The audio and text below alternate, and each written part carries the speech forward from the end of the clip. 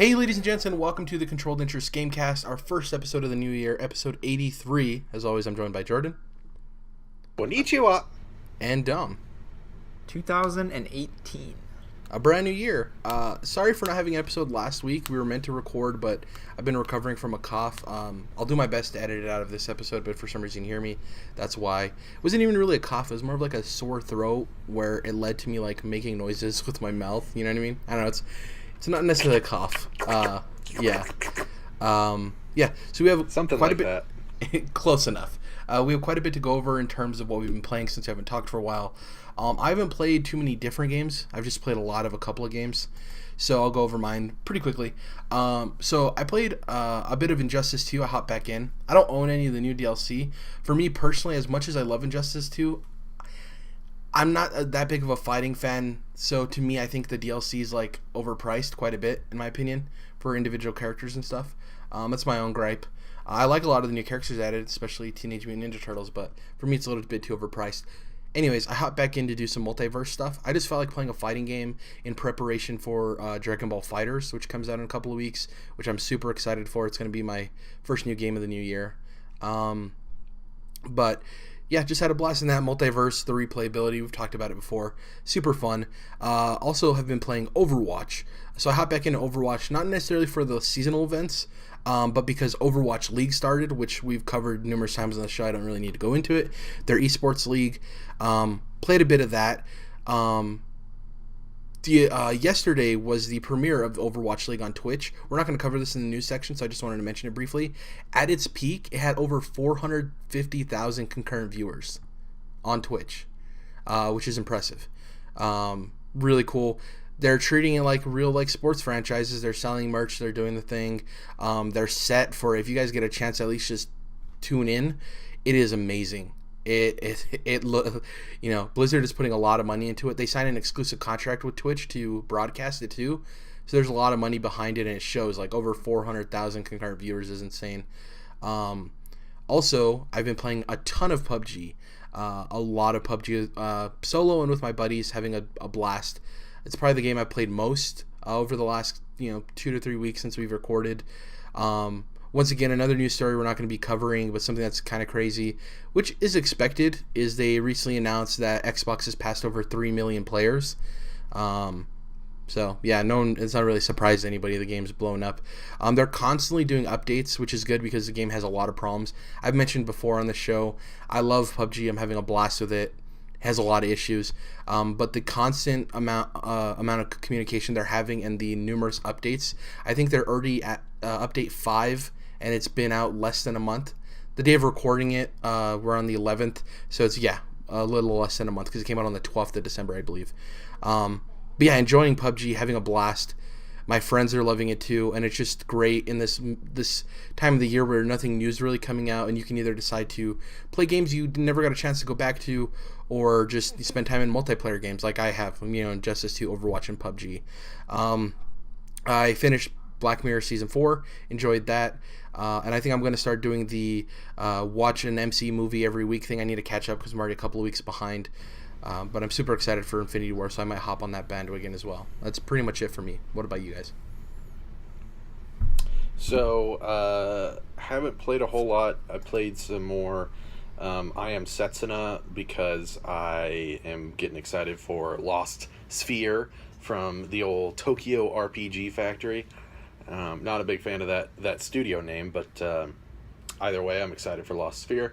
Setsuna has some issues. It definitely kind of hits that target that it's trying to when it comes to being, JRPG nostalgia machine, but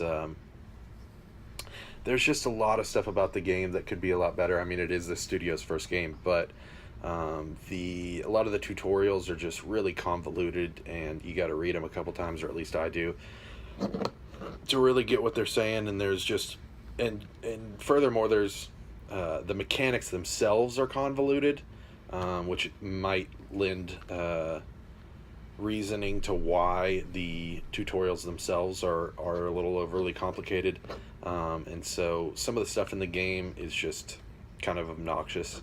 I guess it's the simplest way to put it, but it is a good game. The music's really cool. It's really heavily piano based, and then it's this kind of somber tone throughout the game. Not just the music, but everything in general. It most, like, basically everything is stuck in a perpetual winter, you might say. So you're in a lot of icy and snowy areas. So it definitely has a cool vibe, and the characters are cool, especially like their character art.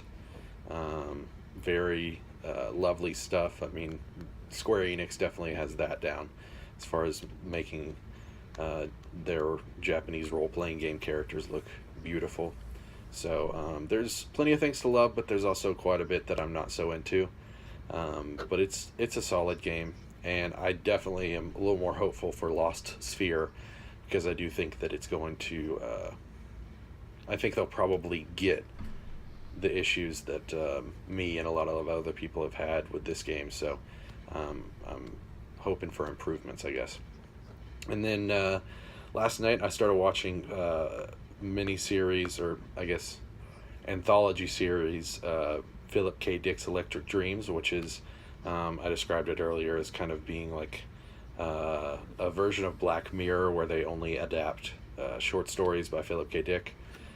So currently it's only aired in the UK, but it's about to come over to the US. They've got episodes with Bryan Cranston and Terrence Howard and Steve Buscemi, and so I think it could end up being pretty cool.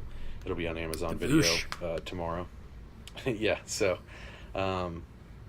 just watched the first episode. It actually featured the actor that played Robb Stark in Game of Thrones.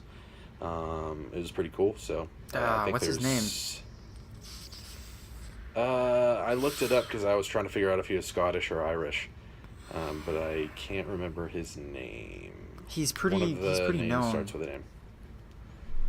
Yeah, Across the Pond. He's a good actor, and he did well. So, and he totally had the like hardcore detective vibe going with the trench coat and the top hat. So it was looking pretty dope. So been enjoying that, and then of course just the regular stuff, the anime, and watched been going through Godless, caught up on Vikings and Nightfall. Nightfall's a new history series. Can't recommend Vikings enough. Great show. Shout out to Vikings. That's all I got. Shoot. That's a good list. So I've watched Black Mirror too. All 4 seasons, of course. Super good. I still think some of the previous episodes are still my favorite, although I liked pretty much all the new ones in season 4. But yeah, it's a solid season, so it's more of exactly what you want in Black Mirror. So kind of echo what you guys said. I also, ever since seeing The Last Jedi, I've been on this huge Star Wars kick. Started reading the novelization of Revenge of the Sith, which is fucking really cool. Like, really cool. It puts you... It describes how Anakin is feeling in a lot more... I mean, it's a book, obviously, so it's really, like, a lot of what the movie should have been, and that's my favorite Star Wars movie, by the way. But the book is, like, so far on pace to be even better, so I'm really liking that. It's pretty cool, so... Also started watching... Your favorite Star Wars movie is one of the prequels? Yeah, you heard it here first. That's pretty fucking crazy, dude. Yeah. I'm not a super hater. I think that there's actual more merit to those than people give them credit for, but I am a little bit taken aback that they would be anyone's favorite. Well, I'll admit it's primarily, 90% it's a product of my age, and, those came out when I was a kid. So... Gotcha. I saw those before seeing the original trilogy. So, right. As a kid, especially, as a young teenager, it's kind of hard to like go back to even when I watch the prequels now. The special effects are like, oh my god, no, stop. But when you're a kid, you buy into it more. Yeah, and then when you were try like to go back 6 to 12, right? You were really young. I guess we all were, but I'm older than you guys, so I was a little bit older. Let me put it this way. The thing about people our age is that none of us unless you've seen the despecialized editions, like we haven't seen the actual Star Wars because George Lucas was going back and putting special effects in the original movies when most of us probably saw them, which was when the special editions were in theaters in the 90s. So I would definitely recommend that people go out and watch the despecialized editions, because that's the real deal experience you would have had if you were going to see them back in the day in theaters. So, and see, I've never seen them. I mean, I think I saw them on TV when I was a kid. I think. Yeah. I have no idea, but I certainly don't really remember the difference. I've obviously watched it several times now, but yeah, it's a product of my age mostly. But I saw Revenge of the Sith in theaters 3 times. I think I was in like 6th grade or something, and it was like, holy shit, this is the coolest thing ever in the world. So nice. It's just what it is, right? Just like if you were born in a certain decade, then Link to the Past is your favorite Zelda, or if you were born a little bit later, Ocarina of Time is your favorite Zelda, right? It's just sometimes like, that's the way that works. My 8-year-old nephew loves Star Wars, and his favorite movies are probably going to be Force Awakens and Last Jedi, because that's what he was alive for and he enjoyed the most. So but so that's just, we can have a whole discussion about that a different day. But I've also started watching the Clone Wars series, the animated one. Fuck yeah. So, yeah. It's interesting. It's a little, I'm watching it in the chronological order, so I had to look up the proper way to watch it, because on Netflix they're not necessarily all in the right order that you're supposed to watch them for whatever reason. So I watched, the first couple and then the movie, and then I'm about halfway through the first season. So it's a little bit childish, but I've heard it gets better and more mature as far as the themes and everything go. But it's pretty cool so far. So it's... it was like a Cartoon Network series, so it's always going to have the family aspect. I mean, even the movies are that way in a sense. But generally, it's certainly something that I think adults can enjoy. And I always recommend to people that are big Star Wars fans but just can't stand anything prequel era. There's actually a lot of cool prequel era stuff. And I think in a lot of ways that Clone Wars series and Genndy Tartakovsky's Clone Wars micro series make the prequel stuff so much better and give it so much more depth. So love Clone Wars. I'm liking it so far, so I'm going to keep that up. And it's all on Netflix, so that's nice. Yeah. But yeah, otherwise what I've been playing, video games, those things we do often. I've finished South Park, The Fractured But Whole. Got the platinum. Played as a black kid. Not that hard. Actually, you have to put the difficulty up and, play as a black kid, which apparently makes things more difficult, even though it's separate from the difficulty, if that makes sense. I guess there were definitely some dialogue things that I could tell were different. Some people talk to you because, they say certain things because of your skin color, which is, it's funny, right? It's South Park. So, but yeah, that game is awesome. Like, I liked it, much better than Stick of Truth. And I think I'm kind of in the minority there, but it just felt a little bit more... the combat just seemed more... I don't know, just more reasonable, being that there's a grid. It's a little more Fire Emblem in that sense. I didn't feel as trapped a lot of times where, some of the hard battles in Stick of Truth, you're kind of like, you're stuck in one spot and there's not much you can do. But in this, being able to move around, I felt, I don't know. It just made things easier, gave you more options. But, yeah, overall, it was a little more toned down than Stick of Truth. There was no alien abduction, dildo raping or anything like that. Still South Park, but it was great description there. Yeah, box quote. Yeah, it was just a bit toned down. There wasn't anything completely over at the top compared to Stick of Truth. Of course, this is still a South Park game. It's still a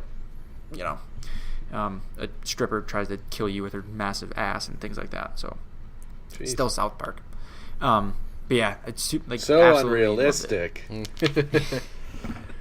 Then otherwise, I got started on Kingdom Hearts, part of the collection on PS4. So I put 2 hours into the first game. So I'm still in Traverse Town, putzing around. So that game, it's completely in 4K, which is it's really in your face. Holy crap, you could definitely tell. The updates they did are really fucking good. I think it's 4K 60, and it's very smooth. It's a big difference. I mean, obviously, from the PS2 version, but even from the PS3 remaster.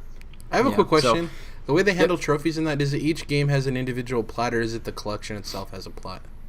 Individual. Should be each. They each have their own list. Okay. Yeah. Okay. Yep. And they're tough. So I looked them up, and I'm not doing that. Nope. Yeah. So you decided not to play them chronologically, Dom? No, I spent a lot of time looking things up and asking questions, reading forum posts, and most people, like 90% of people, you were in the minority, Jordan. Like most people recommended playing them in release order and doing Birth by Sleep. Yeah. Not the very end, but after some of the other stuff, just because there's some reveals apparently in that game that could influence the way you. I don't know. We'll see. But yeah. And because the first game is what I played first, and it's the only one I played. Well, scratch that. I played Chain of Memories, the GBA one also, way back when. But yeah, it looks super good. But the controls are just like, just not good. Just not good. Rough. The camera, it gives you an option to make it, like a regular third-person camera where you use the right stick to move around freely, but you can't change the sensitivity, and it's so slow. You try to turn around, and it's just like it takes you a half a goddamn hour to spin the camera around. It's so frustrating. So I'm still figuring out if I want that or if I want the auto camera, which I don't know. But then, do you use the lock on? That's what else I'm messing with too. So far, yeah, I have that on, but I more struggle with even though it's an action game, it's technically real time. It's a very slow real time, so it's not like you push X, over and over and your guy's swinging like I'm used to in like Dark Souls or something. It's a slow it gets thing. Faster and crazier the more like magic spells you got going, and when you're summoning other Disney characters like fucking Mufasa or Simba or whatever. And they give you a lot of different powers to choose from, so I think towards the end of the game you'll feel different when you got all that shit going on at once. Yeah, and I mean this is a PS2 game, so that's like absolutely, yeah. And in spite of that, like I am getting used to it because it's a thing of that's when this game came out, and it was real time action combat, which is less frequent, for JRPGs I guess at that time especially, but. It just is. It's not really. You can't really fault it, because it's an old game. But in spite of that, like I still really love it. I forgot how much I love this damn game. So I'm pretty stoked to play through the rest of them now too. So that is all. Yeah, I think the fighting, the combat stuff gets better as you go along. I think Birth by Sleep has the best combat, which is part of the reason why it's my favorite. But then 3D comes along, which was released afterwards, and I still think Birth by Sleep is better, but. They always have interesting stuff. I'll give them that much. They definitely try some things and push some things, and usually I would say they're never really intrusive or annoying unless it's the Chain of Memories card system on the PS2 version. But that's kind of a whole different story. So right. Yeah. I was waiting for you guys to finish up with your Kingdom Hearts. I really wish they would have released that on Xbox. I mean, that's a gripe we've talked about before, but ugh. So stupid. It's completely asinine. It would sell so well. Well, it's like if they're releasing Kingdom Hearts 3 on Xbox One, first of all, I don't know why they're doing that in the first place, but if they are, then just put the collection out, Exactly. But then that's not the full thing. You need 2.8, so yada yada. I mean, just put 1 and 2. I don't need everything else. Obviously, if you're a diehard fan, yes, but like even just 1 and 2 at the bare minimum, just give me something, dude. I don't care. Yeah. Anyways, we're going to be covering the only news story we're going to be covering today, and then we're going to be talking about our most anticipated games later on. The Nintendo Direct that happened the day of recording this, January 11th. Direct Mini. Yes, I was about to get to that. We were expecting a Direct. There was a lot of rumors, a lot of reports, a lot of people questioning if this was going to happen. Obviously, the original leak was with Faye when those publisher documents leaked about Faye and A Way Out and all of those EA games. And the Direct happened. Obviously, they called it a Direct Mini. They announced it this morning, and then they delivered it this morning, which is very weird. I guess before we get into all the announcements, I want to talk about that real quick. The way they went about presenting this Direct. I have a lot of gripes with it. We talked about this before actually recording the show. I think them not having a lead up to it and then slapping Mini at the very last second to kind of diminish people's expectations was kind of a bad move in my opinion. Like I enjoyed the Direct. I had no problems with that. That had a lot of good announcements. But I really wish there was lead up to this. If they would have said a couple of days ago when all of the hype was building, Nintendo Direct Mini coming January 11th, I think a lot of the expectations would have died down. Instead, they tried to do that this morning really quickly and then have it come out where a lot of people lost their opportunities for coverage, and Nintendo lost out a lot of opportunity for coverage. As dumb or not as you think reactions are to these type of things, they get views and they bring a lot to Nintendo as far as free advertisement and getting people hyped up for games. So I think they missed the window there for that. But yeah, what did you guys think about them, like, you know, the way they handled this? Because I thought it was very poor the way they handled the release of this Direct. Yeah, it was interesting because typically, at least from what I remember, they announce, you know, a Direct is happening in 2 or 3 days type of thing. And that was part of why everyone got so worked out, because we had been rumored to happen on the 11th. So the 2 or 3 days prior, people are just waiting for that announcement, and it just didn't come. People are just getting all worked up, which in my opinion, that's a problem that we have. I mean, not us personally, but like kind of the communities. We kind of tend to get worked up and expectations get too high, but Nintendo knows this, and they're reading forums, and it's their job to understand that, and like you're saying, you know, adapt their marketing and their communications around that, which they didn't do. At least it seems like they didn't. They put Mini on it, so they knew they were trying to temper expectations. They put Mini on it, but a little too late, like you're saying. My first thought was, well, I see why they put Mini, which was new. They've never done that as far as I remember. But because the leaks said, oh, this is going to be an E3 size thing. They're going to announce GTA, a new 2D Zelda, Pokemon, yada, yada, yada. Metroid 4 gameplay, Metroid 4 gameplay, yeah. Right. So to me, it was obvious, like, oh, yeah, they threw Mini on there just to, like, combat these leaks, which has to be frustrating if you're Nintendo when people are leaking. To me, it almost seems like someone's trying to screw them over in a sense, or they're just, you know, bad information, but it hurts them because now they have to and they didn't do a very good job of lowering people's expectations back to reality. So, well, it's weird too, because like it seems like they just, like, my personal opinion is, it seems like they didn't have confidence in this Direct, or maybe they did have a big Direct plan and they moved things around because of the leak and they wanted to be more of a surprise. Whatever happened, the thing is normally when a Direct happens, we get a lead up of at least a day, right? A full 24 hours. Right. And sometimes we're disappointed with them. They don't give us everything we want. This is a Direct where I technically wasn't really even disappointed, because I was like, oh, Nintendo Direct Mini, I'll expect a couple announcements, whatever. And I like the Direct. The problem is it wasn't enough lead up for anybody. I literally woke up this morning, I got on Twitter, and people were like, the Nintendo Direct Mini was yada yada. I'm like, well, I didn't want this spoiled for me. So I completely like closed everything, went to their YouTube channel and watched the video for myself, because I wanted to enjoy it from that perspective, right, of watching it for the first time without knowing anything. So it was like, that was weird for me, because I woke up not knowing it was happening, and I think a lot of people did. So even a lot of like the news or outlets are kind of working backwards at that point, right? Because they're, oh dang, this happened, we need to get the stories up. You know what I mean? Yeah. It's very weird. For me, it shows a lack of confidence by Nintendo. It seems like this is like a Direct they wanted to get out there and have a short amount of buzz, and then it disappear, and then on to the next one. You know what I mean? This doesn't seem like a memorable Nintendo Direct, like something that they were fully behind, like the ones we've seen in the past. It was like, let's get this out there, get these announcements out, cool.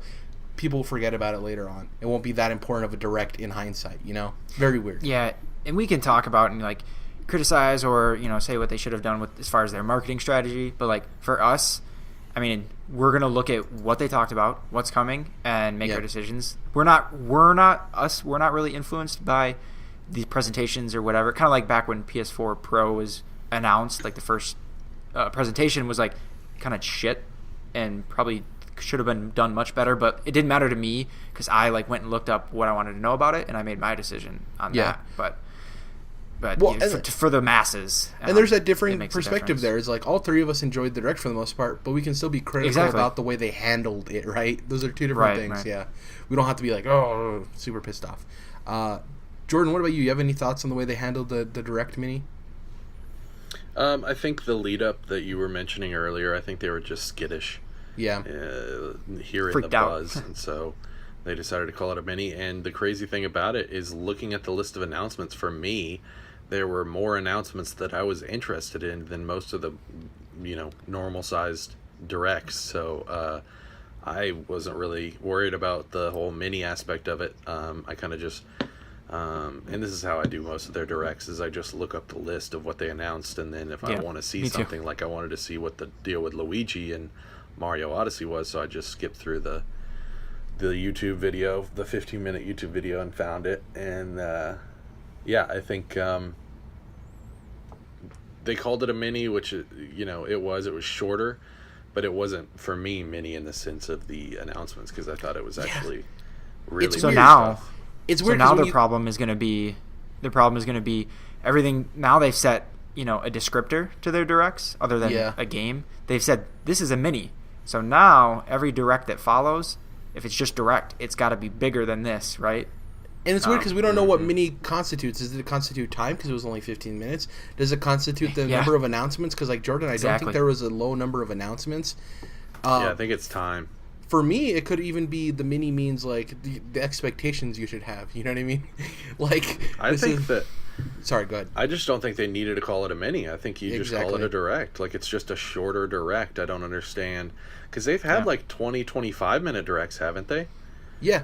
So it's Sometimes longer. That's not a big difference. Yeah, and sometimes it is closer to an hour or whatever, but I just don't... I think that's the reason that you're doing this online, direct to your consumers and your fans without having to, try to air it on some weird TV channel that, people don't usually watch for that stuff, or trying to get it out in some other way. So I just don't understand why it has to have that descriptor, or why they feel like they need a certain limitation when they're broadcasting over the internet, which has no limitations by default. And the weird thing is, in my opinion, so if I was head of marketing or whatever for Nintendo, you put the mini on it if you're announcing this a couple of days prior, a day prior, to set expectations, right? And making the announcement an hour or hours before it actually happens, it seems like that's the point where you don't even need to put mini on it. You know what I mean? When you're making an announcement early on and people are building up expectation, that's when like, oh, we need to tack mini onto this so we can set people's expectations because of all these leaks. Them attaching mini to it and then announcing it an hour beforehand I don't think really did much in the grand scheme of things. You know what I mean? It's very weird. Yeah, but Very the weird. whole expectations thing is like, all PlayStation has is PlayStation Experience. That's once a year, and Xbox doesn't even really have that. They just kind of have their blog posts and stuff, and then Yep. their big E3 conference and maybe a Gamescom here or there or whatever. But Nintendo's doing these consistently throughout the year, and so like anybody that has expectations just needs to chill, period, because you're just getting these bonus announcements consistently throughout the year, and Nintendo's still going to do a big old E3 thing. Yeah, I think I it's don't just know. that they didn't make the lead up to this about the Nintendo Direct Minis early enough, and they were also feeding into all of the hype by posting like weird pictures with like Robot Chibi and stuff like that, or Robo Chibi or whatever that character's name is, which I'm not familiar with. But like they were Yeah, feeding into the he hype wasn't- themselves too. You know what I mean? He didn't get a game announced, did he? No, they posted Well- a picture of him praising the sun, which was Exactly. was teasing Dark Souls, Oh, Yeah. gotcha. which is weird. Gotcha. Like I just think like He's I agree not with you, like, expectations guys, fine. Nintendo, you guys have plenty of fucking mascots. He's not one of them. Yeah, like if they would have had DK praising the sun, that would have been cool because it's a double banger with all the DK announcements and the Dark Souls. That would have been cool. See, that would have been cool. banger. Yeah. Let's get into the actual Direct, though. I want to go over some of these announcements. Some of them we'll talk about more than others. The first thing they kicked off the Direct with, which both of you guys are interested in, not for me. We already kind of covered this. The World Ends With You Final Remix. This is a DS game that came out in 2007. It actually features improved HD visuals, which you would expect for a game coming to the Switch, and also has a brand new epilogue. I have nothing to say about this game. Doesn't interest me one bit, but I know you two had at least some interest in it, right? Well, I know very little about it. I've just been hearing over and over how good it is and how cool it is, and I've seen a few screenshots and now this trailer, and I've always kind of really dug the art style, but that's about all I know. So now it's an easy opportunity, now it's easy for me to check this out, so that's why it's interesting to me. From what I know about it, it's kind of a cult classic. I mean, recent classic, I guess, but kind of a cult hit JRPG from Square Enix, 2D, obviously. And so I think that, it's one of those games I've been trying to get to for a while now, but, just didn't have the chance to get around to it on my DS. And so I think this is perfect, and I've clearly been talking about how much I just want more of these types of games to come to Switch. Yes, I want the new stuff, and that stuff's coming. It's not like they're pushing like new stuff out of the way for crap like this, because that's not the case. And so as long as we got good stuff coming in the pipeline. The bigger budget Metroids and whatnot, then give me these remasters, these ports, whatever you want them to be. But yeah, definitely looking forward to this one. So Jordan, what do you think the price point is for this game? So when it came out on DS, it would have been like what, $40? Yeah, 30 or 40. Or DS So I games gotta 35. think. I think this I game have no won't idea. sell past $20 in my opinion. I think it needs to be like 20, 25. Oh damn. Yeah, that's why I'm Yeah, asking. I okay. think I see 30, but I think I agree with Jared that it should be probably 20, but I don't know. We'll see. It'll probably be 30. I could see it. It'd probably be 30. I could see it at 30 or 40. Yeah, I think Yeah. 40 would be pushing it a little bit, but I think that people wouldn't freak the fuck out over 40 because they are adding stuff, Like when they add stuff, like what they're doing with Catherine. Obviously, this isn't on Switch, but they're adding a whole new character to Catherine. Or the Persona games and the Atlas has a history with that, where like Persona 4 Golden has a ton of new stuff in it. Like Persona 3 Portable has the choice for a female protagonist, so like they'll add entire characters or entire arcs or entire epilogues like this situation. And so when you're doing that's a good that point. kind of Forgot about the epilogue. yeah, I mean, it kind of justifies a little price bump to me because you're making a new part of the game for something that's way too old at this point to be receiving DLC expansions. Also, who's going to remember that it came out on DS? This is going to be like a new game to a lot of people, not even know the history Right. of it or whatever. So, And it is like a cult hit. It wasn't. I mean, it was popular enough, but it wasn't something that just set the world on fire. So. we're not going to necessarily go in chronological order. So next up, we're going to go through the batch of DLC and additional content that was announced. So we'll start off with least important, which is the new additions to Pokken Tournament DX. It's getting a couple new fighters. It's getting 2 new support characters. Mimikyu, which is like the Pikachu-looking mimic Pokemon, and Mega Rayquaza, which is a legendary, obviously, and a new fighter, Aegislash, which is like the sword Pokemon, if you guys are familiar with that. And the other DLC pack, which is going to be the second one, has the fighter Blastoise, no introduction, and the 2 support characters added are Celebi and Mew, which is pretty cool. Pokken Tournament, we've talked about before. Weird choice for a port, but they're still trying to make it a thing. I always hear that Mean Girls quote in my head, stop trying to make it a thing. The next piece of DLC, which I also feel isn't that big or important to me, and I love Super Mario Odyssey, is the free update, which is Luigi's Balloon World, which essentially adds Luigi to the world. You go up to him, you talk to him, in each individual world, and you have 30 seconds to hide a balloon, or you have 30 seconds to find a balloon, depending on which mode you pick. And it's an online leaderboard game. It's probably going to be hot and popular for a week, if that. The second part of it, which I'm more interested in, are the new costumes. So they're adding a costume for the Dark World, which is like the dark. It's not called the Dark World. I forgot the name of the world though, but the Dark Souls-esque world. They're adding a knight uniform for that, which looks really cool. There's the Pink Floyd, the Dark Side of the Moon, or whatever. No, not Dark Side of the Moon. The Broken Kingdom, I think it's what it's called when you fight the dragon. You're thinking Darker Side of the Moon, Dom. Yeah. The second costume is Sunshine throwback. It's Mario in his normal getup, except he's wearing blue shades and an overshirt that has. I didn't play Sunshine, so help me out here. What are the little like star character things in Sunshine called? I don't know.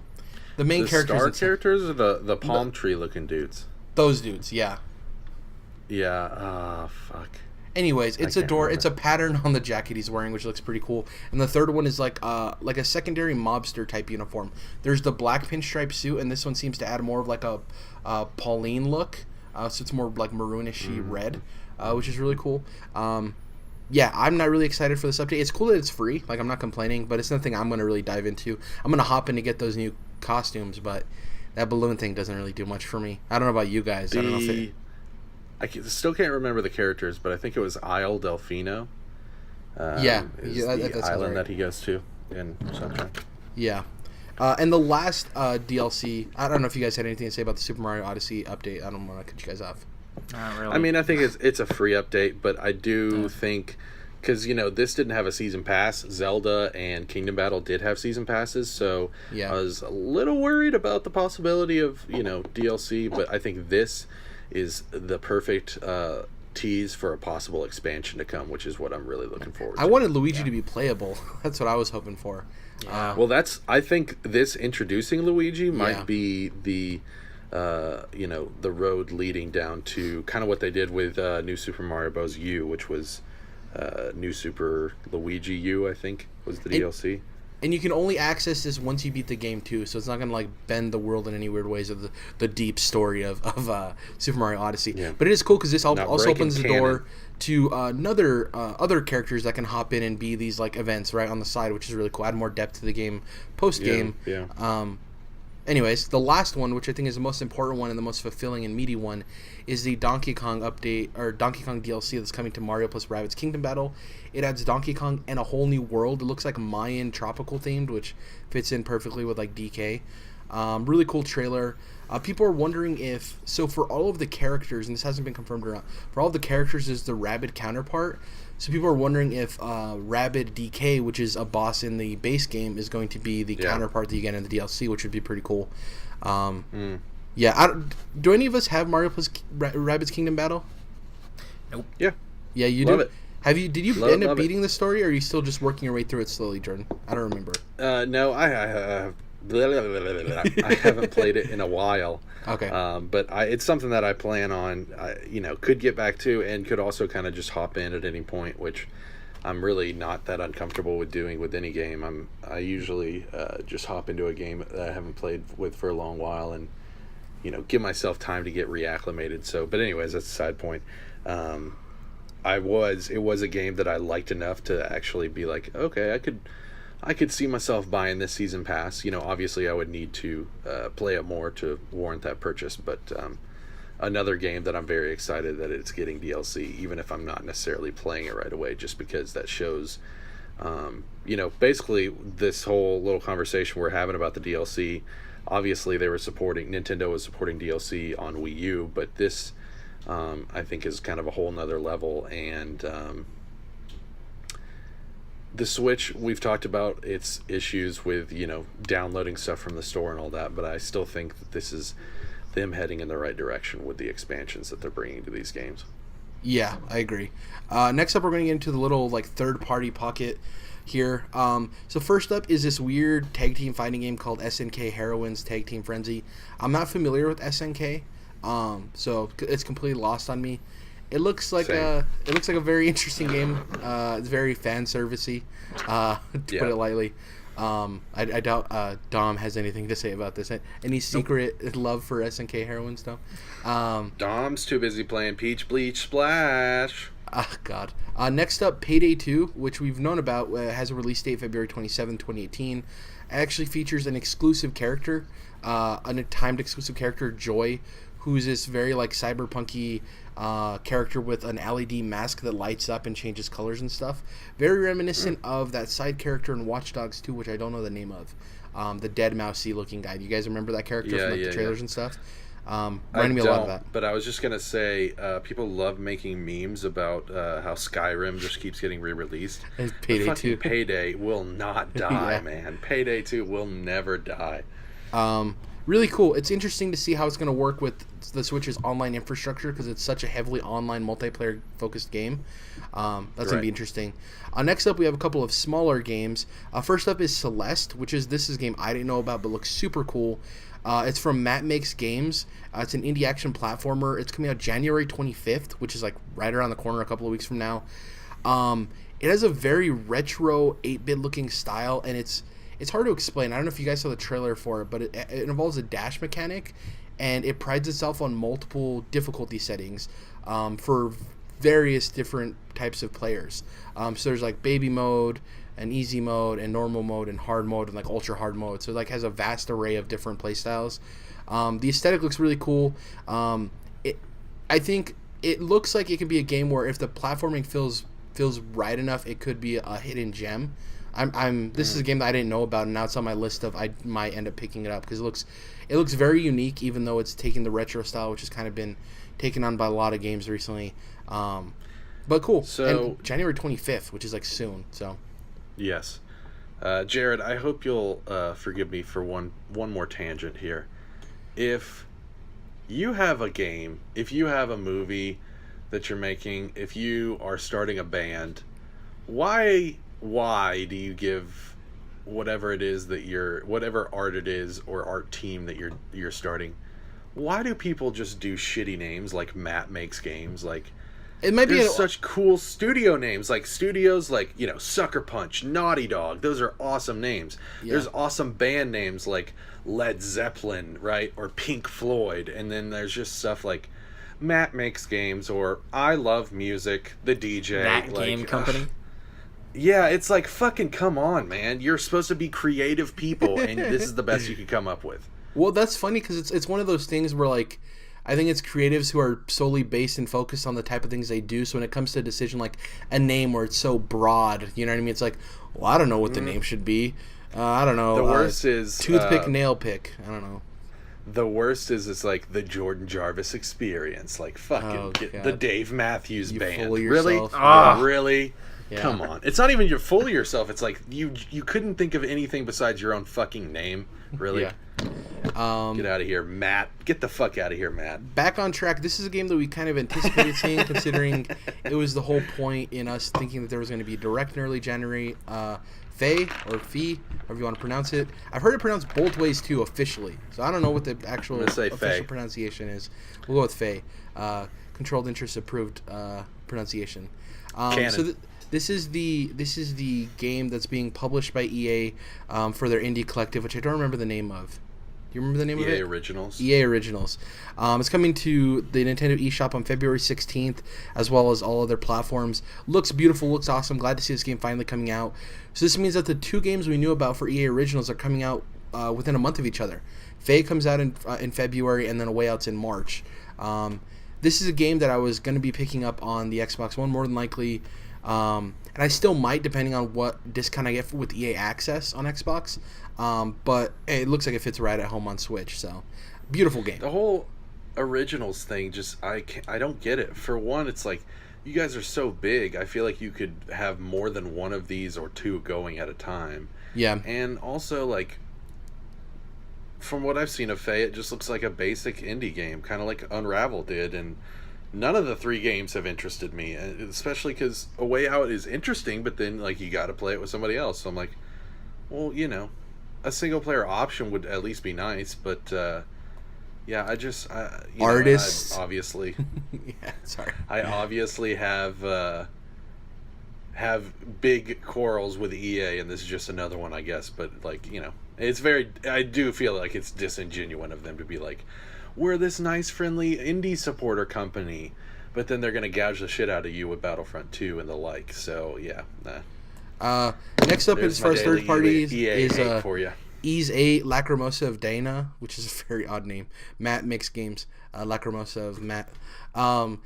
Anyways, doesn't really interest me. It looks like, Ease is a game or a series that's been around forever that I've just never had any interest in personally.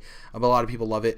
Apparently, from what people were saying, is that this game looks a lot worse than they would expect for a port to Switch, if that makes sense. Like, it looks vastly worse than you would anticipate a game looking when it gets ported to Switch. So people aren't too happy about that. But there's no additional content either. There's like nothing new coming to it for Switch. It's just literally a port of the game that already existed on PS4, Vita, and PC. Still good that it's coming. Yeah, exactly. Unless it's broken. If it's broken, that's a different story. Let's get into... Okay, I wanted to get into all the first-party stuff, so we'll get into that, and then we'll get into the final announcement. So let's go with the least important first-party thing that's coming to Switch, which is a port of Hyrule Warriors. It's the definitive edition.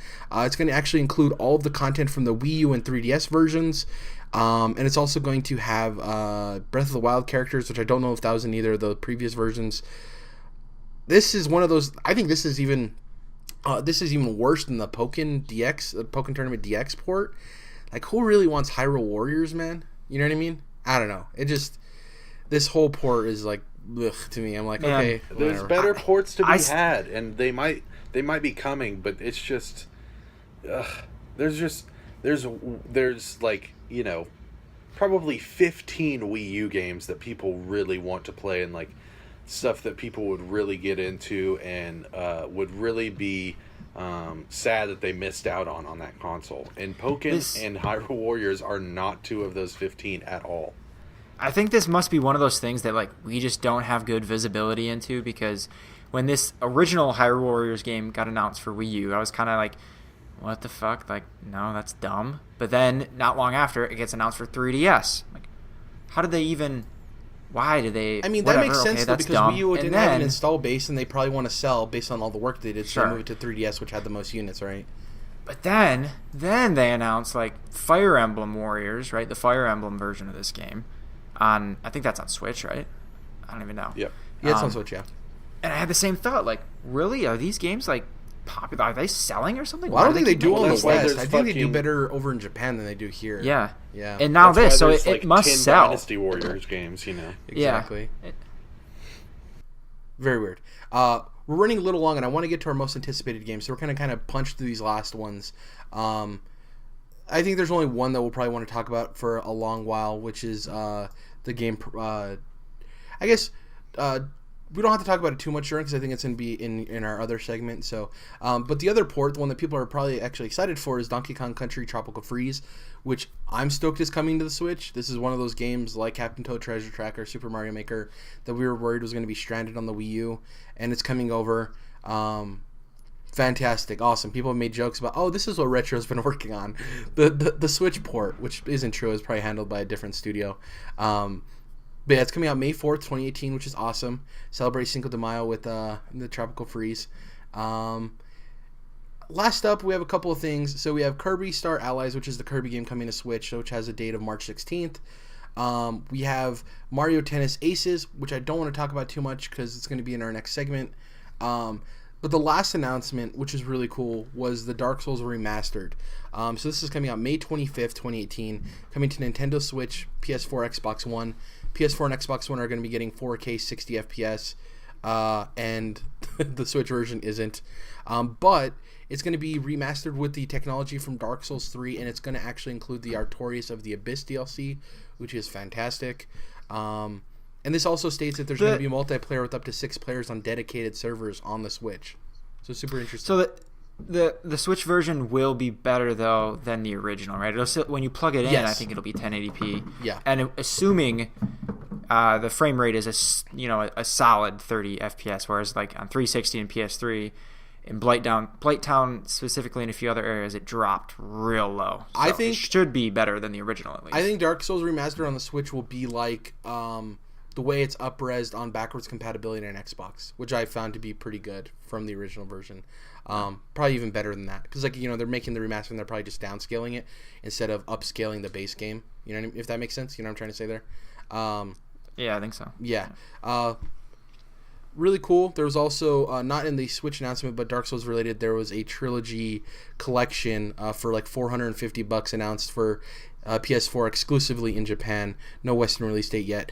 This is cool, though. This adds on to, you mentioned in chat before we went live, Jordan, this is another ring in the belt of like Nintendo's cool with having mature games on their platform. Doom, Wolfenstein 2 this coming year. And this is another one of like, when would you ever think Doom or Dark Souls would be on a Nintendo platform, right? Super cool. Yeah. Well, let me ask you guys this question. If I were to ask, or someone were to ask us, we'll say 2 years ago, which is more likely, Zelda on the same platform as a Dark Souls game, on Xbox and PlayStation, or Dark Souls on the same platform as Zelda on a Nintendo console, right? It would be the 2 first years ago. Yeah. We would have thought, well, probably Zelda coming to PlayStation and Xbox, but ironically, here we are, and the reverse has happened. Exactly. Super cool. Super excited about that. Let's get into our most anticipated. We're going to go round robin, so I'll say my first one, and then Jordan and then Dom will go around. Talk about it for a bit. I don't want to go super long, though. So, anyways, real quick, honorable mentions. Spelunky 2. We got this announced at I want to say Paris Games Week. I was going to say PSX. It's Paris Games Week. They didn't do any announcements at PSX. Paris Games Week. Spelunky 2 doesn't have a date yet, but I could easily see Mossmelt and Derek Yu putting this out this year. Katana Zero. We talked about it last year. Where's that game? That could possibly come out in 2018 as well. Below, same thing from Cappy Games. Remember last time we heard from them, they said next time you'll hear from us, the game will be ready to come out, and we haven't heard from them in like over a year and a half, I think. So they kind of stuck to their word there. But my first, most anticipated is The Messenger. This is a teaser trailer that released a couple of weeks, maybe a week ago, from Sabotage Studios, who's a Canadian studio. It's set for 2018. It's an 8-bit action 2D platformer. You play as a ninja, and it's originally touted as an 8-bit game, but towards the end of the trailer, the ninja hops through a portal and it becomes 16-bit, and you actually turn into a samurai. It's very Shovel Knight-esque, fantastic music.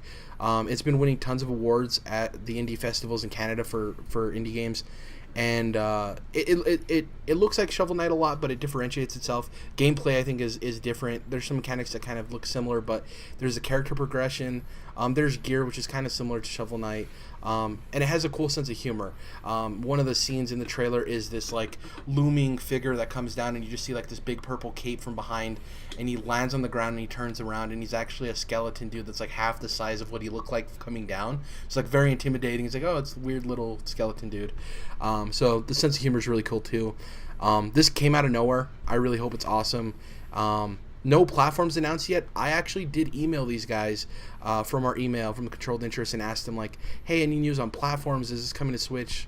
What's happening there? And they said you'll hear some announcements soon. So hopefully this comes to Switch first, not just PC automatically, because I definitely want to play this game in 2018. Jordan, what's your first anticipated? So this one came up just today once we had the Nintendo Direct, where I was feeling some major excitement once I heard that we were getting a new Mario Tennis game. So Mario Tennis Aces coming to Switch. Did that have a date, Jared? No. It said summer 2018, I believe. I'll just double check. Summer, okay. Yeah. So I enjoy tennis games, even though I'm not a big sports game guy. And Spring 2018. Gotcha. Official. And I love Mario Tennis. Lot of fun. Can be really chilled and relaxing, and can also be fun with other people, and just the crazy stuff that they got going on. They're just well-made tennis games for the most part. So that is kind of just one that hit me today, and I was like, damn, I'm really excited for this. So it's on my list. Dom, what about you? What's your first most anticipated? My first and most, Far Cry 5. So I've really been kind of craving a bit of a checkbox open world type game. That's like a Ubisoft game, right? Going around and climbing the towers and unlocking the map and doing all those things that are we're used to in Far Cry and Assassin's Creed games. I've just been craving that kind of. But not only that, but Far Cry 5. I've always liked the Far Cry games. I can't talk today for whatever reason, but I've liked the Far Cry games better than the Assassin's Creed games for the most part. The first person, that's not a general rule for me that I like first person better, but in these two series, I don't know, I kind of prefer the Far Cry experience. Most of the settings, which is crazy that I'm saying that, but I've liked the settings in the Far Cry games more. Yeah, that's really weird that I just came to that conclusion. Because I shouldn't, knowing me, but I just do. Weird. Yeah. I usually like historical stuff, but for some reason, I don't know. We can get into that later. But this setting in particular for this Far Cry game, I'm really digging this Montana, this U.S. thing they got going on with your kind of like crop dusting plane and your dog, and I don't know, and the Colt. I don't know, everything is just, I'm really into it, and I'm really pumped for this, and it's coming pretty quick, and it feels much more real. And much closer than the next game on my list, which we'll get to later. So, and the Far Cry games always have cool villains, I think, like lead villains. Right. At least the mainline ones. I don't know if Primal had that kind of thing as well. Another thing with Far Cry 5 is that playing a Far Cry game in America again is going to be cool. Cause I think either one or two was in America, right, or like in the Caribbean or something. No idea. Yeah, didn't get there till 3. Yeah, me too. My next game on my most anticipated is Metro Exodus. I've talked about before numerous times how much I love Metro 2033 and Last Light. Obviously, this is the third game in the series. There's actually a thing going around that the release date for this game was teased in the trailer. At the end of the trailer, I don't know if you guys remember the trailer, when it says Metro and then it has like those yellow things flipping underneath the tiles, and then it eventually says Exodus. Mm-hmm. I guess in that, if you freeze frame it at the right moment, and people have taken screen caps of it, it says August 8th. So people are anticipating that this is going to be coming out August 8th. Exodus. Which is, I think, a perfect time for this type of game. I love Metro Exodus. It can't really compete with all the games in November and October. And I think it coming out that early will definitely benefit it, if that is indeed the release date. Like I said before, great underrated FPS series. I'm interested to see how the train aspects of it plays out. I believe it's called Exodus because the train is called Exodus. And for me, I believe that if this is a fantastic game, which I hope it will be, and I think it will be because Last Light was so good. Metro 33 was good, but I think Last Light was them hitting more of their prime, and this could be their breakout, man. Like Witcher 3 with CD Projekt Red, like Witcher and Witcher 2 were good games. Witcher 3 set CD Projekt Red apart, and I think Witcher 2 is a great game. It is, but no, I'm not saying it's not a great game, but as far as marketability and general audience, like Witcher 3 definitely hit a wider audience, and I think that became mainstream. Yeah, exactly. And 4A Games is a great underrated studio. They're from the Ukraine, which is really cool and unique. And I love, just like CD Projekt Red in Poland, I like when these studios that are from countries that aren't, the United States or Japan infiltrate the gaming realm and like dominate. And I really hope that Metro Exodus Guerrilla Games. Europe, exactly. I was just about to say Europe is. Game studio scene is fucking coming up, dog. Exactly, I agree. Two of my 3 games on here are European, which I'll get to my third game next time I come around. What's your second game, Jordan? When I come around. That was the hit classic from Matt Sing Songs. Or Billy. Yeah, right? fucking great band name, Matt. Way to go, Matt. Oh, I was thinking the Green I'd like Day. to announce my Never new mind. movie studio, okay, Matt Makes Movies. Yeah. So, you did some honorable mentions, Jared. I wanted to throw those in there real quick. God of War is coming out. That's the reboot from old Sony Santa Monica. And, obviously I'm biased towards the Sony first-party studios. And I've been a God of War fan, since the first game on PS2. And have played all of them, the spin-offs on handheld and all that. Just enjoy the series. And I think even though most people were tired of the series after Ascension, I necessarily wasn't there because, God of War is good, has always been really good at what it does. And the combat there. So, the fact that they are switching it up is totally fine with me, but I probably wouldn't have complained all that much if they hadn't.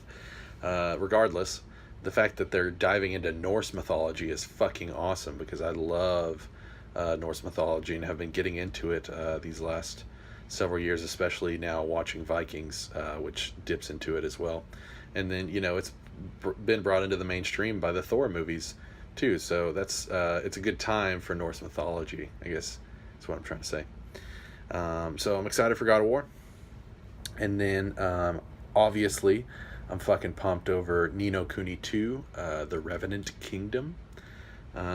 This one, I think it's still, they're still getting a helping hand from Studio Ghibli, but it's not like a super big co-production, I think, like the first one was, because that Ghibli had a big hand in and like animated 2D cutscenes that look just as good as their movies. So I think that Level 5 is still totally talented enough to take care of this themselves, but I do feel like it's going to be a little bit sad not to have Ghibli around, just because obviously they're a very special animation studio with a name better than Matt Makes Animation. But then the actual game on my list that I am super pumped for is coming up real quick, and that is Monster Hunter World.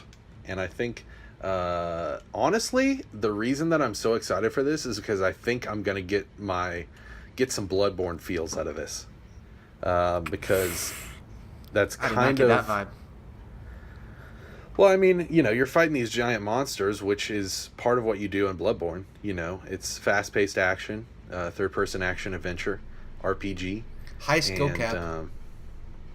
right? Yeah, Yeah. exactly. So yeah, I definitely feel like there's room there for me to get those vibes. It may not be the case, Dom, but I do Monster feel Hunters like are it's- hard games. People think they're like Yeah. they're like family games or something. They're hard games.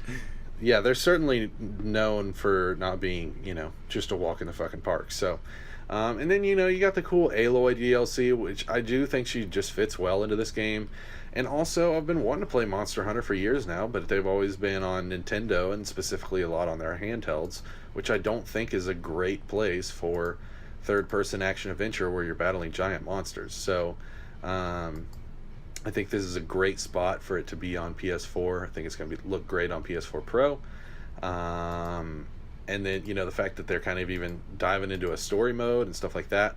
I'm just excited for it. You know, I like monster hunting. So we'll see. We'll see if it gives me any, scratches any Bloodborne itches. If not, then I can always just go back to Neo. The thing with so the yeah. thing with Monster Hunter World, Jordan, is like it's a game I want to get, but it's a game I know I'll only enjoy if I play with my friends. And man, is it a hard sell to my friends. Not because it's not like a high quality game or anything like that, but you know, just on the surface of selling Monster Hunter World, especially to people who are more FPS centric or stuff like, and they're open to other games. It's just like Monster Hunter World is a very tough sell, and it's something I'll probably end up picking up later in the year, but I don't know if I'll pick it up right off the gate, just because that game I think is made best when playing with people, and I don't really have that group that I can play with. You know what I mean? To just justify it. Yeah. Plus, like Dragon Ball We'll see how it is Fighters as a comes out the single-player same game. day, and it's like that's tough for me. You know. Gotcha. Yeah. Fighters is obviously something that I'm really into, but it does seem like it's got a decent amount of lore stuffed in there. And going back through the Dragon Ball series as I am right now, it's like I almost don't want to. I mean, I know like who the fuck Future Trunks is Yeah. and all that shit, but it's like I still kind of want to like naturally go back through the series, and then once I'm pushing into Dragon Ball Z territory or Super territory, then I'll probably pick that game up at some point. Also, we're not people that are going to be fighting in the meta or anything. You know what I mean? So totally. we're not the people that need to buy a fighting game day one. You know what I mean? We're not those Yeah. type of fighting Yeah, players. even yeah. for stuff that I really fucking like, you know, Dragon Ball or Injustice with DC Comics, it's like, yeah, but it's a fighting game, so I really can't just justify this $60 for a 4-hour campaign or whatever. Yeah, I mean the multiverse I think sold it for me, but I don't even think I got it for 60. I think I got it for 40. Anyways, Yeah. Dom, what's your second most anticipated?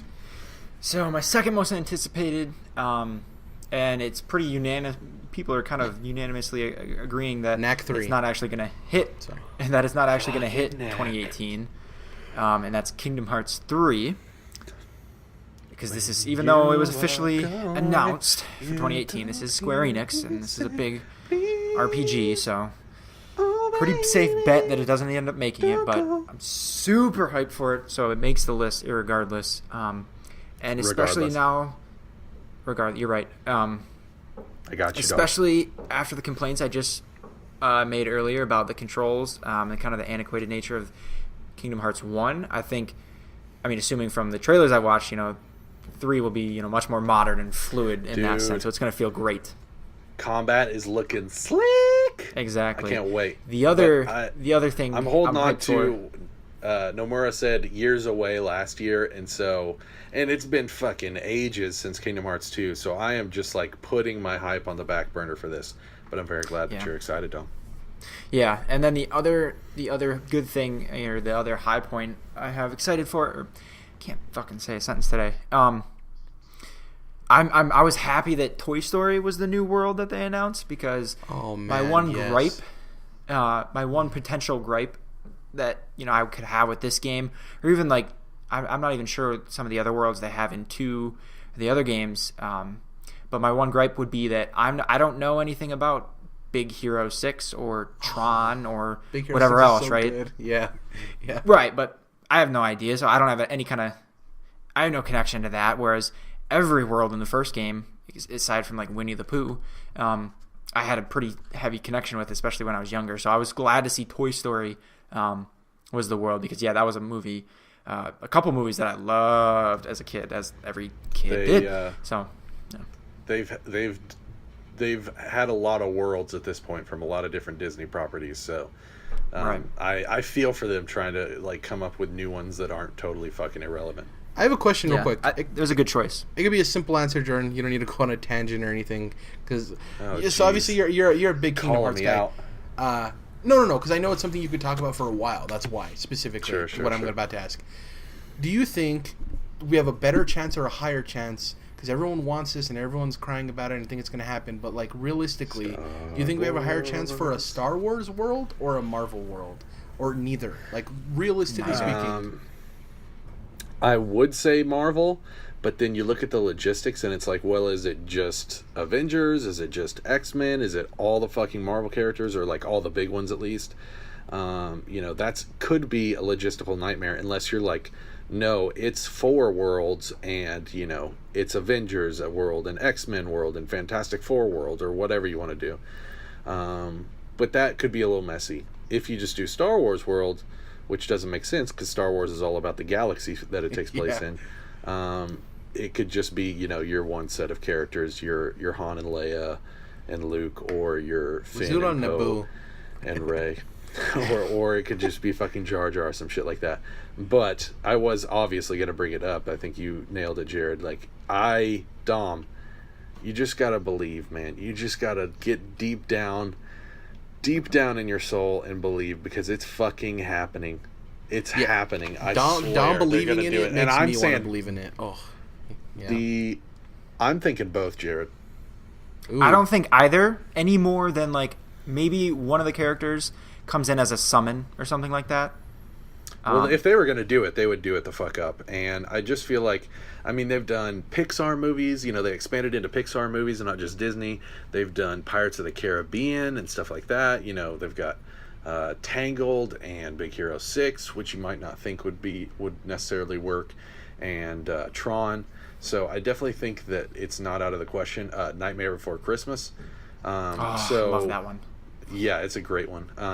It's trying not to go on a tangent here, but my God, it's fucking happening. Well, it's going to happen. For me, I think if it was Marvel, it'd be, you want it to have the most marketability, so I think it'd just be baseline Avengers. That sells to kids the most. Yeah. I think it would be the core Avengers, I think, if it was anything. And Captain America, Iron Man. A lightsaber keyblade is all I want in this world. Lightsaber keyblade. Yes. Dom, are you finished? I don't want to cut you off by any means. Yeah, no, okay. That's it. Kingdom Hearts. So my third most anticipated. I want Kingdom Hearts 3 so bad. My last most anticipated. I just thought of Sora in a Jedi robe, and I was like, "Fuck!" God. So yeah. So my last most anticipated is Ori and the Will of the Wisps. This is from Moon Studios, published by Microsoft Studios, obviously. One thing I didn't know when doing the research: Moon Studios is an Austrian developer, which is really cool. Ooh. So shout out to Austrian or Australian? Austrian. Europe. Okay. Yeah. Shout out to Europe. So Ori and the Blind Forest was the first game in the series. Loved it. Beautiful game. Speaking of Pixar, it was a Pixar video game, right? Super sad, super heartwarming. Great inventive platformer in its own right. Metroidvania at its core. Gorgeous game. I can just imagine what this thing is going to look like on the Xbox One X, most powerful console. Hashtag TM trademark. But yeah, Ori and the Will of the Wisps, I'm super excited for the continuation of this story. I think a lot of times we get caught up in the major IPs that these studios have, like the big dogs, and Xbox does need to come up with some new IP as far as the big stuff. But I do think Ori is an IP that Xbox has now that is really cool and has a lot of growth to it and could be a special series. Exactly. It's so beautiful. Speaking of two, along with Ori and the Will of the Wisps, tangentially related, there's actually a rumor right now that the Coalition, who are the studio that makes Gears of War, is working on a new IP, which is really interesting. But going back to Ori and the Will of the Wisps, I'm interested to see where the story goes. Obviously, the first game centered around, and it's been a while since I played, so forgive me, your big fluffy pal passes away, and you kind of go on this journey trying to restore light to the world. This game seems to center around the loss of loss again, but the owl character is dealing with the loss of its parents. And I think when you have something like that that's talking about lost in something dark in such a beautiful world, those two things go together so well. And yeah, I think it's just gonna be another great game. I don't expect any less. And super excited for that one. Mm. So my final most anticipated game is Spider-Man by Insomniac. Hell yeah. And I would have had this on my list, but Spider-Man. If exactly. Da, da, da, da, da, da, da. If you're not excited. Wolverine. Sorry. Okay. If you're not excited for an Insomniac made Spider-Man, the creators of games masterpieces like Sunset Overdrive and Ratchet and Clank, I mean, there couldn't be a better studio primed to make this game unless we're possibly talking about Sucker Punch. I was just gonna say. Yeah, I think Sucker Punch with the infamous games, and of course Sly Cooper, he's hopping around rooftops and shit. But either way, I think these two would make a better Spider-Man game than Rocksteady. The only pairing I can think of with a property in a studio that would be as close would be Naughty Dog and like Indiana Jones. Yeah. Like I think that would be. This is such a good pairing. This is like a dream game where like, imagine if this studio who makes jumpy games with flippy dudes made this Spider-Man. You know what I mean? It's like something that kid really dreams up and it actually made come true. It's really cool. Yeah. And it looks really great. Like if you're sitting over there griping about fucking QuickTime events or button prompts, like ding dong, spoiler alert, it's a fucking video game. Just get over it. And that's the only complaint that anybody can even have against this game. So, not completely convinced that it's coming out this year, but I think it'll make its way at some point, especially since it was part of the group that they said was coming out in the first half of the year, even though I think that's pretty much stretching it too far. But it looks great. Insomniac is absolutely one of the best studios and one of my favorites. And coming off of Sunset Overdrive and the Ratchet and Clank reimagining, I am so excited to see what they do here. And I think they're going to make a cool story the way that they're going. I like when, specifically with Spider-Man, and if it's a comic or an animated series that I'm watching or a movie, I like when we can just jump in because everybody fucking knows Peter Parker and his whole story. And he's the one superhero that you don't need to tell the origin story for, even though they've been very prone to do that, especially in the movies. So it's like, what's going on with Spider-Man in the MCU right now, and they got the cool animated series going. Obviously there's always going to be comics. That new Miles Morales movie looks sick. Yeah, exactly. The Donald Glover's working on the animated movie, and also doing that Deadpool series, man. I keep remembering that, and it's just like, even though it's clearly taking over his music career. But anyways, no more tangents, Jared. Sorry. No, it's my fault. But yeah, I mean, I guess what I'm saying here is, what more could you ask for? I am very excited about this guy. It's the only other complaint I hear, and this is so dumb, is people are like, the only villain we've seen is Mr. Negative, which technically is wrong because Wilson Fisk is in the trailers, and he's Kingpin, obviously. He's Kingpin. Yeah. One thing I want to shout out is Marvel giving them absolute free reign to do whatever the hell they want. I think that's super cool, man. Yeah. I'm excited to see all the little secrets and hidden things that they add and stuff we don't even see coming. You know what I mean? Oh. Yeah.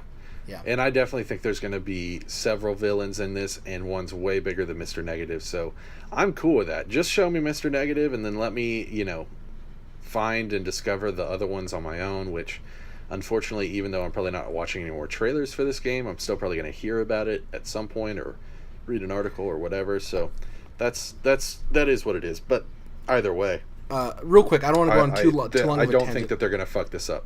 Yeah, I agree with you. I think it's going to be a very solid game. Real quick, don't want to go on a tangent.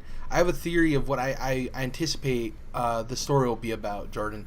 My take from the trailer we've seen, I've only seen the trailer from E3, the Wilson Fisk in jail calling him on the phone thing.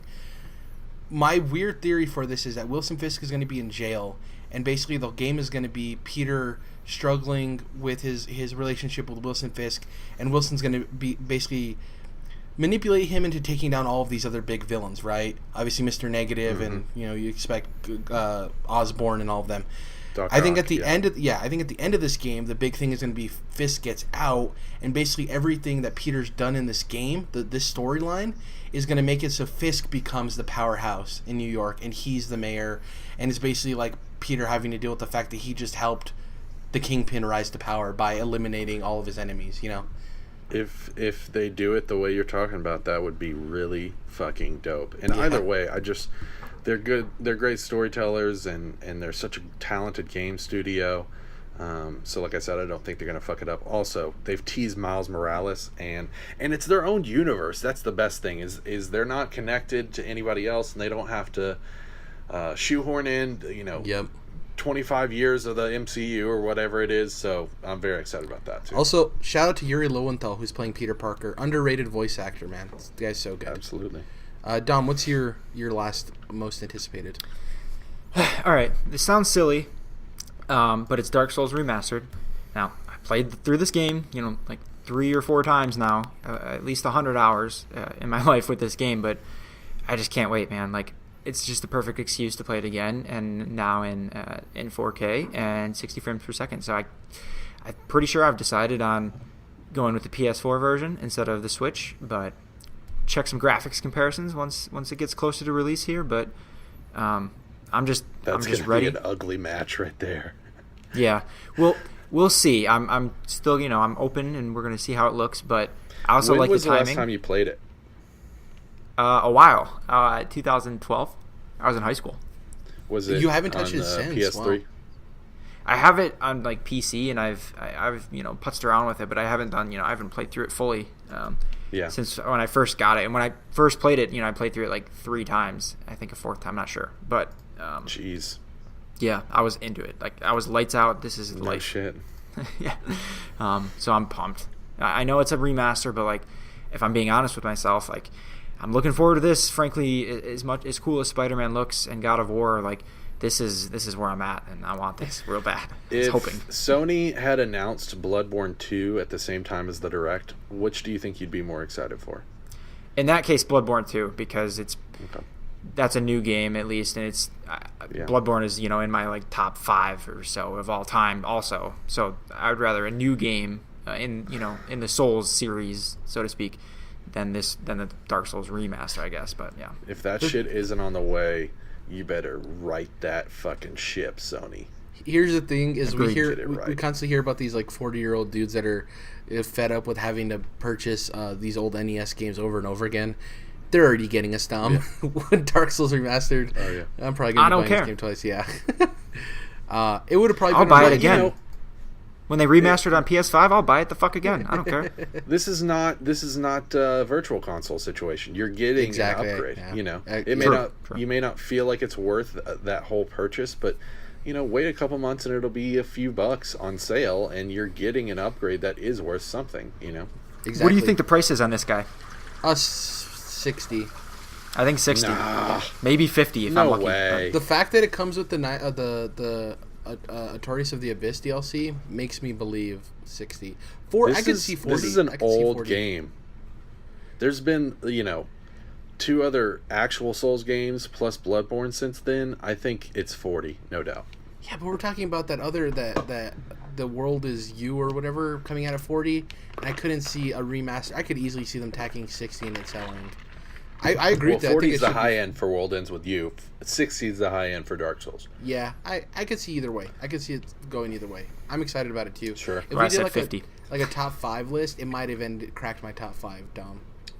Oh, I can't wait. It still knocks me out sometimes when I think that I Am Setsuna was 40 and now Lost Sphere, such a hard game to fucking pronounce, is 50 at launch. It's going to be interesting to see what Octopath Traveler comes out at, which would also been on my list too.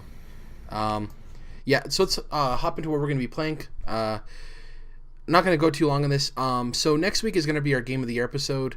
So I'm using that as an excuse to put my nose to the grindstone. And I'm going to finish Doki Doki Literature Club. I'm almost at the end of that game. Finish up Assassin's Creed Origins, which I'm very close to the end of that game too. And Assassino! start and finish Wolfenstein 2, which I have, but I haven't gotten to playing. Oh, do it. Yeah. Waiting on that Switch, boy. I'll definitely have all 3 of those games done by next Thursday. Count on it. Bank Oh, it. shit. Money in the bank. Oh, shit. Banked. Yeah. I like putting myself in pressure situations where I have to do something. Since next week's Game of the Year, I'm going to set myself to do so. It's pretty much it for me. Locked it in. As far as like other media, I can't think of anything that's coming out in the next week or so, off the top of my head anyways. But I need to get around to watching Lady Bird and the name's escaping me. Help me, Jordan. The Guillermo del Toro movie. Shape of Water, exactly. Which shout out to him for winning Best Director finally. Yeah, that's pretty much it for me. The man GDT. Yep. Okay, so first of all, I'd like to say, fuck off, Dom.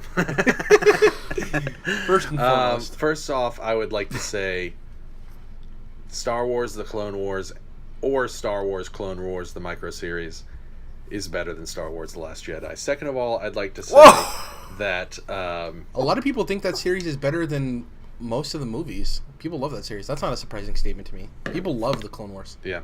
Dude, Star Wars Clone Wars, the Genndy Tartakovsky miniseries, is better than any of the prequel movies, for sure. And obviously The Last Jedi.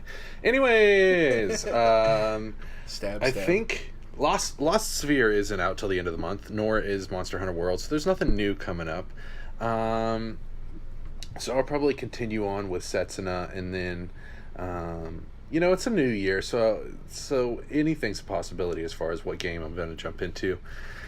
And then it's also a new year, the same as it was 2 seconds ago when I said it, and that means that new TV shows are coming out, and there's lots of anime starting up for the winter 2018 season.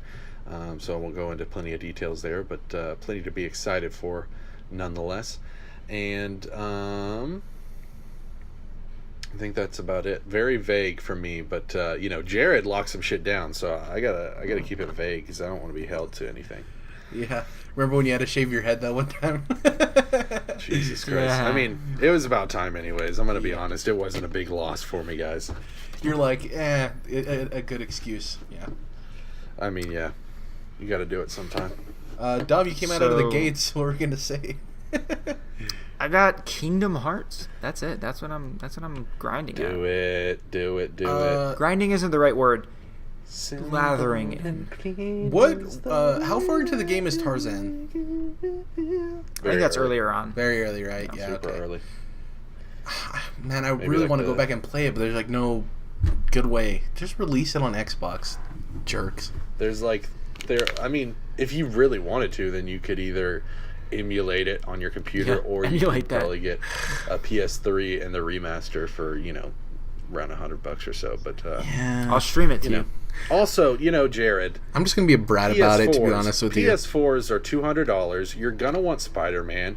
You're gonna want to play some of these other exclusives coming out. You need to play Horizon. You're gonna want to play Last of Us. Oh, I am getting a PS4, but not anytime soon. Sure. Yeah, it's tough. Yeah, that's pretty much it for everybody. Any TV shows or anything, Dom? Anything on the... Clone Wars. Clone Wars, yep. Okay, so just going away with both of those. Yeah, that's pretty much it for episode 83 of the Controlled Interest Gamecast. Thank you guys for listening and or watching, whatever you decided to do. If you can, please give us a follow on iTunes and leave a review. It definitely helps us, as we say all the time. It's not just words that are coming out of my mouth. Also, if you can subscribe to us, that definitely helps as well. Even if you don't watch the show, please subscribe and share us on Twitter. We're going to try to be a lot more... I wouldn't say necessarily active of like tweeting more consecutively, but making sure we always tweet about the show and whenever it goes up and stuff like that. So if you want to follow us on Twitter, I am at Jared_, Jordan is at Mellowmodus, and Dom is at Dom's Oreos. Is that correct, Dom? Yeah. Okay. For some reason I thought I got your your Twitter name wrong. Yeah. Dom, I was gonna ask, have you seen the Clone Wars micro series? No, that kind of hand-drawn looking one? Yeah, it was basically 5-minute bits and pieces in between shows on Cartoon Network back in the day, and it's made by the guy who did Samurai Jack and Dexter's Lab and a bunch of Cartoon Network series. Yeah, I gotta check that out. Anyways, you can, I was going to say, I'm pretty sure you can stream it, pretty easily online without having to search too much. Yeah. And it's basically it's two volumes. They're about an hour a piece. and it's so worth it, man. It's really great Star Wars stuff, so highly recommend. Yeah. Thank you guys for listening. Catch us next week when we discuss Game of the Year, and will we collectively come to an agreement as to what our Game of the Year was, because that matters so much. And yeah, hopefully we have a great 2018. Coming close to episode 100, which is really cool. I think it's going to be a good year. And yeah, we'll see you guys next week. Have a good one. Bye.